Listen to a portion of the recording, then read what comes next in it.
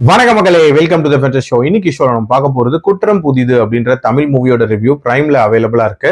இந்த படம் ஒரு மர்டரரோட டெஸ்டிமோனியல் அப்படின்ற தீம்ல நகரக்கூடிய கதை.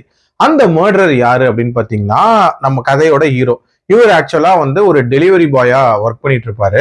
திடீர்னு போலீஸ் ஸ்டேஷன்ல சரண்டர் ஆகி 3 கொலைகளை நான் பண்ணேன் அப்படின்ற மாதிரி சொல்லிட்டு வாக்குமூலம் கொடுக்குறாரு.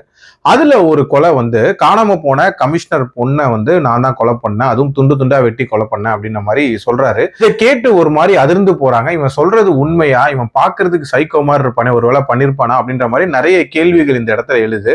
ஆனா அந்த கொலை செய்யப்பட்ட பொண்ணு இருக்காங்கல்ல, அவங்க திடீர்னு உயிரோட மீட்கப்படுறாங்க.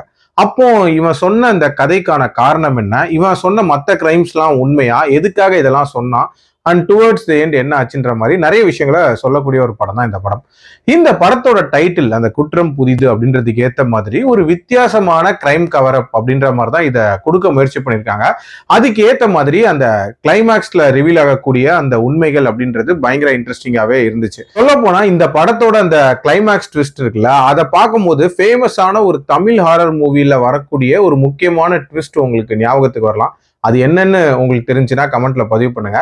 அந்த மாதிரியான ஒரு ஃபீல் தான் கிட்டத்தட்ட கொடுத்துச்சு. அதை தவிர அந்த மர்டரை காட்டக்கூடிய காட்சிகளா இருக்கட்டும், அதை சுத்தி நடக்கக்கூடிய இன்வெஸ்டிகேஷனா இருக்கட்டும், எப்படி இவங்க இதை அரைவ் பண்றாங்க அப்படின்ற அந்த லாஜிக்கா இருக்கட்டும், சுத்தமா இவங்க அதுல ஒர்க் பண்ணவே இல்லை அப்படின்னே சொல்லலாம்.